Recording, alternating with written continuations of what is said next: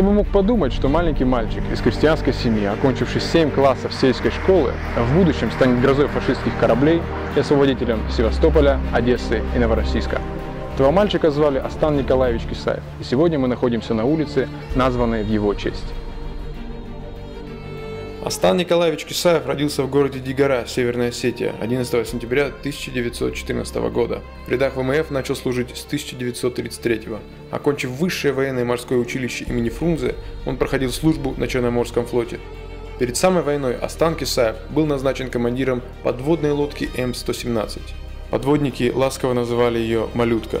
Именно на этой подлодке он будет совершать самые дерзкие боевые походы в тыл врага, защищая города-герои Одессу и Севастополь. Торпеды «Малютки» уничтожали транспортники и баржи немцев, лишая их провизии и боеприпасов.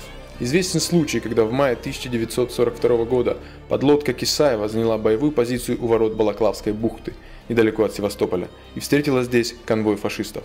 Первой же торпедой был поражен вражеский транспорт, охраняемый 20 катерами. Все корабли бросились преследовать подлодку Кисаева. На субмарину было сброшено 105 глубинных бомб.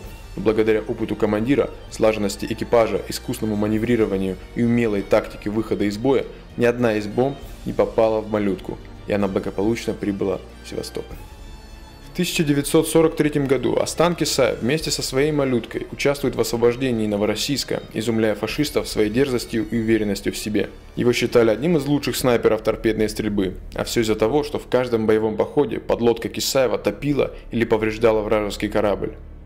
В мае 1944 года Астану Кисаеву было присвоено высокое звание Героя Советского Союза, а 22 июля награждена орденом Красного Знамени подводная лодка «Малютка». В мае же 45-го в жизни Кисаева наступили две великие радости. Окончилась война, и из плена вернулась жена Валентина. Она была заключенной в лагере смерти Равенсбург.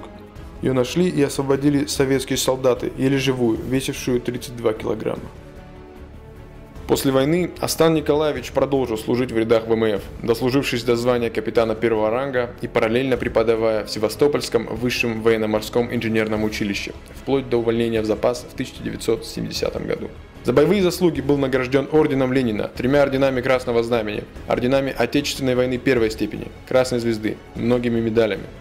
Астан Николаевич скончался 15 января 1977 года после тяжелой болезни. Его похоронили в Севастополе, который он так храбро защищал. Астана Николаевича Кисаева помнят как бесстрашного командира подводной лодки, умного и жизнерадостного учителя и настоящего патриота своей страны.